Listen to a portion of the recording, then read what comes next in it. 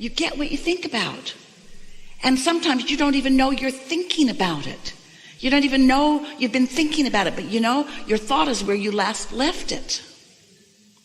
And so when you have an opportunity to realize where your thought is, then you have an opportunity to do something about it. You're sort of getting the sense of what we're talking about.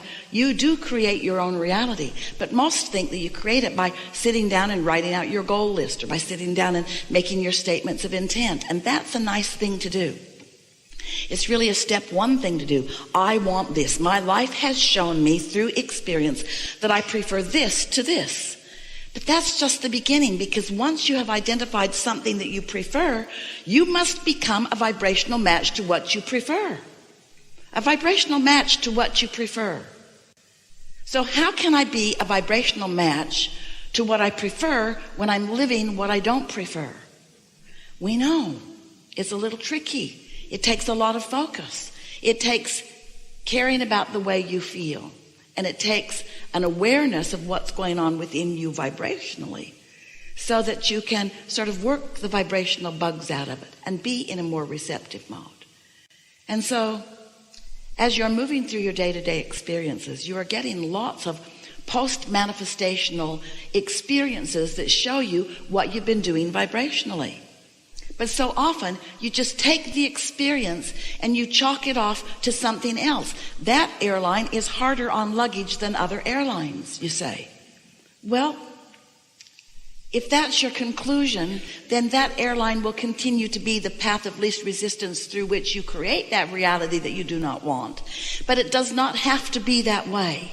That's the thing that we want you to hear. You do create your own reality, and you create your own reality through the thoughts that you think. But you got to be aware of the thoughts that you're thinking. And sometimes the thoughts that you're thinking are pretty subtle until they gain some momentum. And once they gain some momentum, then they become more manifesting in your experience. And so most humans are doing what Esther was doing, wanting to give the credit to the airline instead of to her vibration. And that's easy to do because the airline was a willing, compliant partner in giving her what she expects.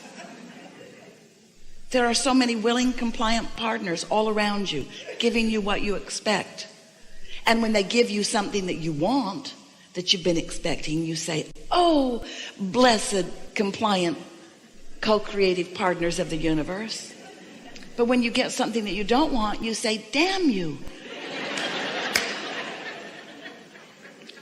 And what we want you to understand is it's all in your hands. It's all in your vibration. It's all in your perception. So you want to ask, well, if something is happening, isn't it right that I perceive it? And we say, yes, that's step one. Perceive what's happening. Notice what's happening. Have the experience of what's happening. Let life hit you right between the eyes. Take what's happening and take your normal response. You know why we say that? Because you have no choice. You have no choice than to live it as your current vibration allows it.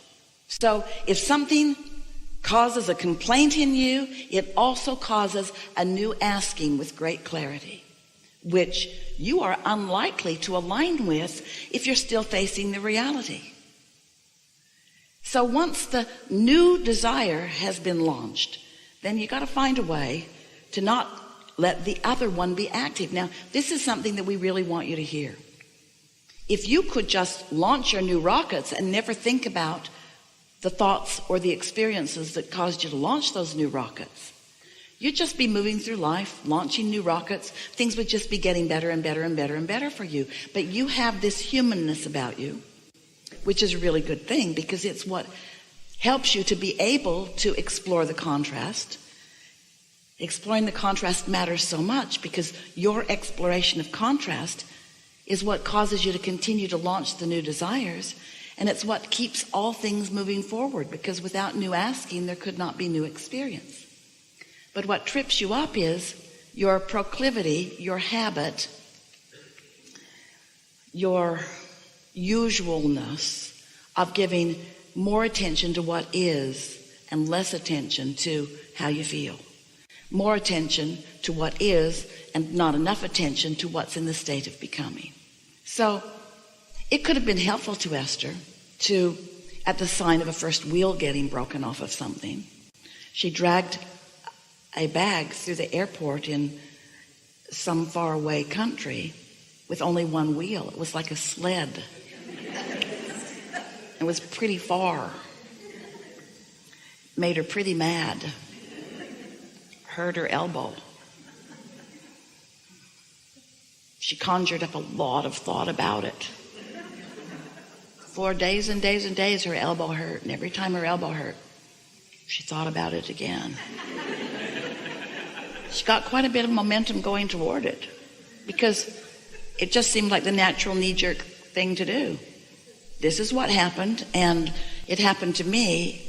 And she told the story to a lot of people. Everybody she knows about that. It was entertaining.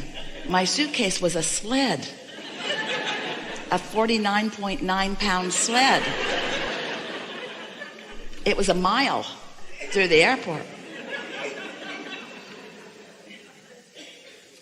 So somewhere along the line, you have to decide that the satisfaction factor matters more to you than the reality factor.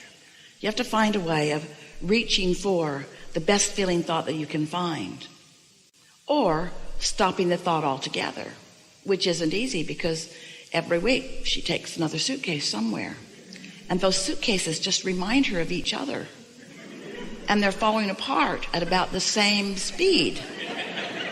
Every suitcase, no matter how much she pays for it, and no matter how guaranteed to stay together it is, she can defy the logic of all of that with her powerful mind. And so can you. Your reality morphs and becomes just as you expect it to be. Your expectation is everything, because your expectation is a long thought.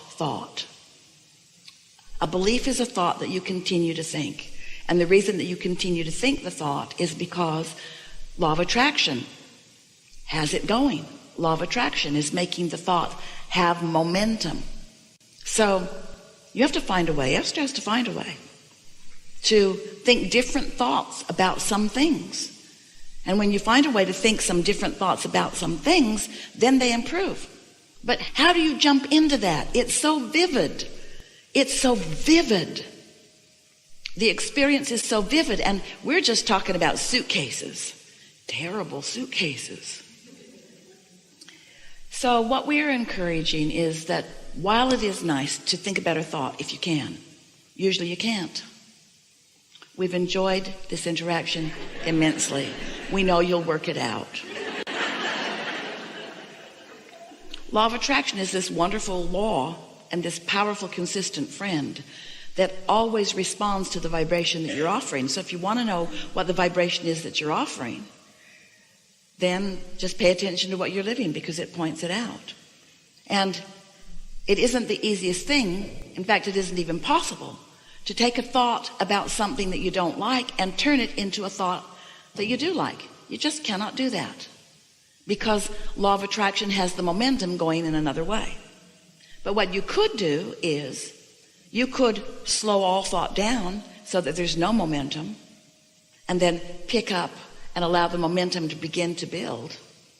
And as you allow that pure positive emotion to become pure positive motion, then things start moving better in your life. There are so many things that Esther knows that are wonderful in her life now that one time were not, because she has allowed that. But it's these day-to-day things. You see, you often think that it's these big things that you're thinking about that are holding you in places of resistance, but it usually isn't some big philosophical, world-changing things that are making up the bulk of the vibration that you're offering. It's usually your response to the wheel coming off your suitcase.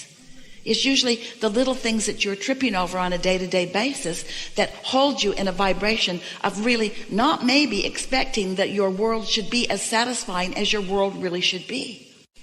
We want, in the hours that we are together today, to help you come to the place where you know for sure that life is supposed to be really, really good for you, where you discover some ways of being more and more and more and more satisfied about more and more and more and more things. And we don't want you to be taking score. We're not going to lay out for you all the wonderful things that are happening for Esther against this suitcase curse that she's got going on. But we want you to understand that all of you are living those kinds of things where you were touched by something earlier on, where you're carrying forward some patterns of thought that are not serving you well. And we want you to understand that you could find that across the board and you could do something about it as you meditate and quiet your mind and find yourself in a place of non-resistance more and more and more and more and more. We don't want you to stop living life. We want you to be out there, and we want life to come to you as you have vibrationally prepared it to come to you. We think it is a wonderful thing when something wonderful happens and you say, I did that. I recognize the pattern. I witnessed the unfolding of me in the unfolding of that. But we also want you to notice that when something is happening that you don't like, that you're able to say, I did that too. I take complete credit. We didn't say responsibility because everything that comes is good. I take complete credit for the unfolding of my life and for each and every detail that I get to tweak and mold into the satisfying perfection of my life experience. And once you get the hang of this, you'll bless every wheel that falls off everything, because it's just an indicator to let you know that you had some resistance about something. Now, if you go back far enough, everything has a root. What vibrational basis would cause her suitcases to be falling apart? Could it be an awareness that she's moving about quite a bit? Her awareness that there are a lot of moving parts in all of that? There's always some vibrational basis that is active within you that you've got to find some way of resolving, because if you don't, it will manifest. Esther might like it if she could just sit in some beautiful place that she likes to be, and you would just all come there to see her. But she knows that it is your path of lesser resistance.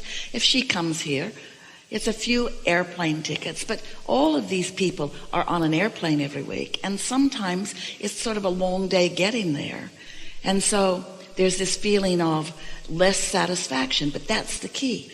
You've got to find a way to find satisfaction as you are moving through whatever it is you're moving through. And then everything that you're moving through in the absence of resistance becomes the blissful now reality. Does it really matter where you are standing or what you are doing if in the middle of all of that you are blissful?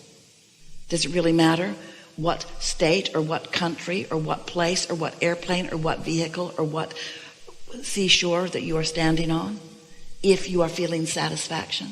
And that's the thing that we want you to come to as we are playing together today. There is the possibility, there is a powerful probability, it is for certain that you can reach the place where you can stand anywhere at any time and be so in sync with the perfect evolution and unfolding of your experience that satisfaction can be your dominant experience. And when it is, everything that you live will reflect it.